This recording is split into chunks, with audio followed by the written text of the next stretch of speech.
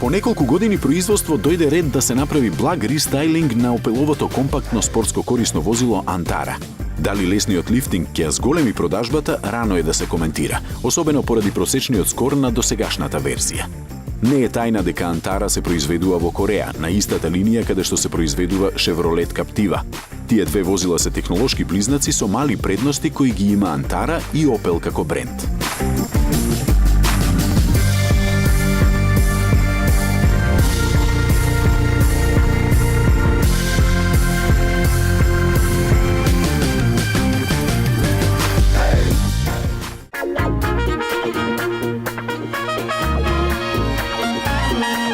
Со затегнувањето на брчките се очекува Антара да стане попривлечна за купувачите.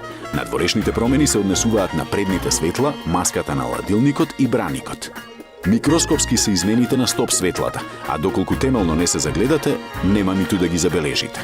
Како опција се нудат нови 19-инчни тркала и нови металик бои на каросеријата.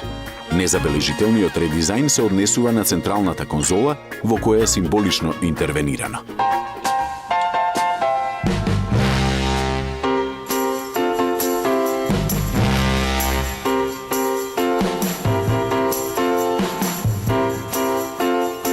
И кога толеранцијата веќе ве напушта, само по себе се наметнува прашањето што впрочем е сменето во рестилизираната Антара.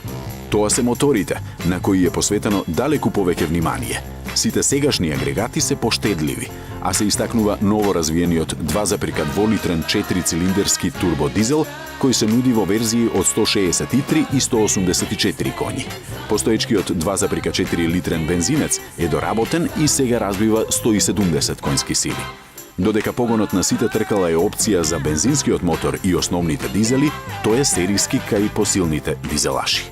Ете, колку да не се добие заклучок дека на рестилизираната Антара не е ништо променето.